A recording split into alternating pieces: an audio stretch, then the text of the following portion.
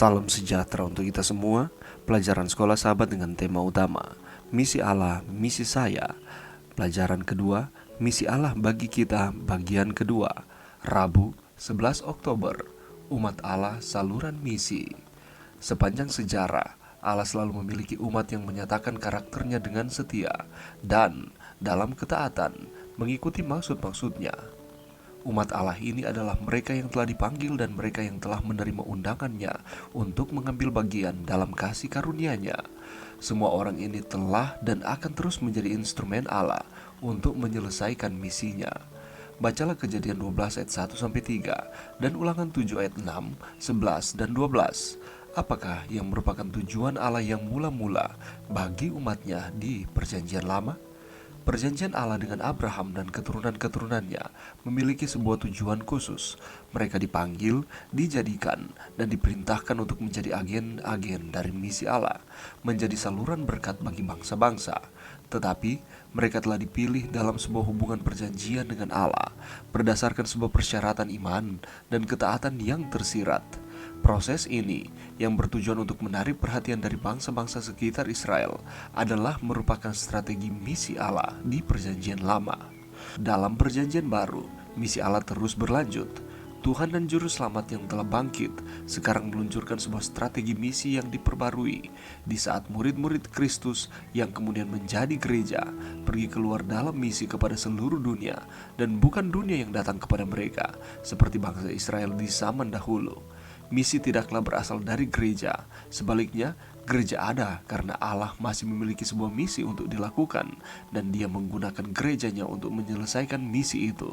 Tetapi, sebuah pertanyaan muncul. Apakah misi gereja itu?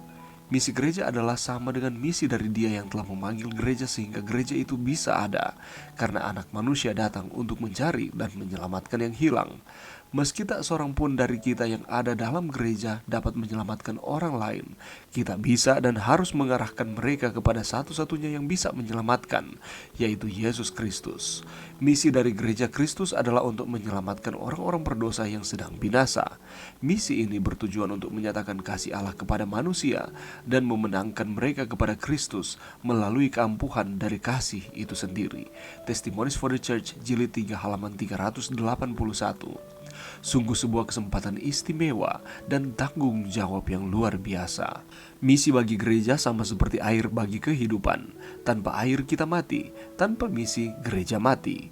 Apakah yang dapat Anda lakukan secara pribadi untuk menopang kehidupan dari gereja Anda? Pelajaran yang bisa kita dapatkan pada saat ini, saudaraku, menjadi orang-orang percaya atau orang Kristen bukanlah kebetulan terjadi. Sebab di dalam Yohanes 15 ayat 16 bagian A di sana dikatakan, bukan kamu yang memilih aku, tetapi akulah yang memilih kamu. Lebih lanjut lagi di dalam Yohanes 6 ayat 44, di sana dikatakan bahwa tidak ada seorang pun yang dapat datang kepadaku jikalau ia tidak ditarik oleh Bapa yang mengutus aku. Apa maksudnya? Maksudnya adalah orang-orang pilihan Tuhan yang dipanggil masuk ke dalam kehendak dan rencananya. Ini menunjukkan bahwa kita ini istimewa dan berharga di mata Tuhan, karena kita dijadikan Allah, umat-umatnya. Allah memilih kita bukan karena kita kuat, bukan karena kegagahan kita, namun semata-mata karena anugerah Tuhan. Karena itulah tidak ada alasan bagi kita untuk menjadi tinggi hati, karena kita adalah umat-umat Tuhan. Tetapi sebaliknya, dengan penuh kerendahan hati, kita bersyukur kepada Tuhan karena kita adalah umat-umatnya. Banyak umat-umat Tuhan beranggapan bahwa jika kita telah dipilih oleh Tuhan untuk diselamatkan, berarti perjalanan kehidupan kita akan terbebas dari masalah, aman-aman saja, mulus tanpa hambatan, tidak akan ada tekanan, tidak akan ada penderitaan.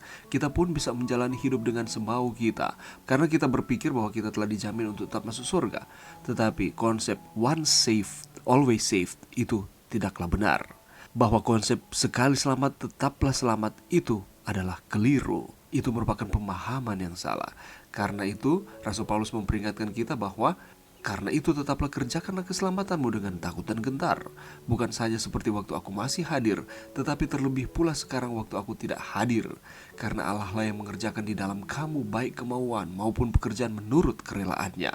Lakukanlah segala sesuatu dengan tidak bersungut-sungut dan berbantah-bantah, supaya kamu tiada beraib dan tiada bernoda, sebagai anak-anak Allah yang tidak bercela di tengah-tengah angkatan yang bengkok hatinya dan yang sesat ini, sehingga kamu bercahaya di antara mereka seperti bintang-bintang di dunia. Filipi 2 ayat 12-15. Kita harus berterima kasih kepada Tuhan bahwa kita dijadikan umat-umatnya. Dan ketika kita telah dijadikan umat-umatnya, kita harus terus bersyukur, menghormati, dan semakin mengasihi Dia. Dan jangan pernah melupakan bahwa kita adalah saluran misi Kristus. Ada yang harus kita lakukan, ialah kita harus mencari dan menyelamatkan yang hilang. Keselamatan itu bukan hanya milik kita secara pribadi, tetapi pesan keselamatan itu harus kita sampaikan kepada setiap orang. Kita memiliki tanggung jawab untuk dapat mengarahkan saudara-saudara kita atau siapa saja yang kita temui kepada satu-satunya yang bisa menyelamatkan, yaitu Yesus Kristus.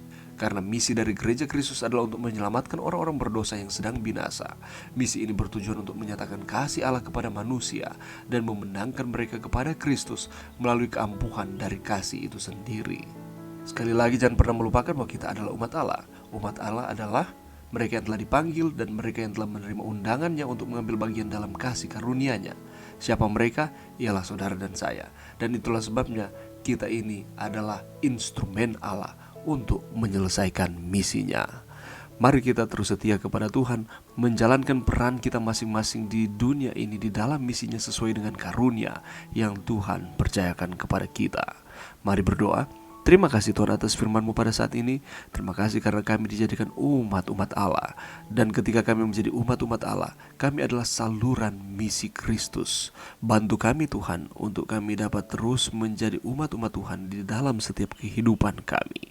Ini doa kami di dalam nama Yesus. Amin.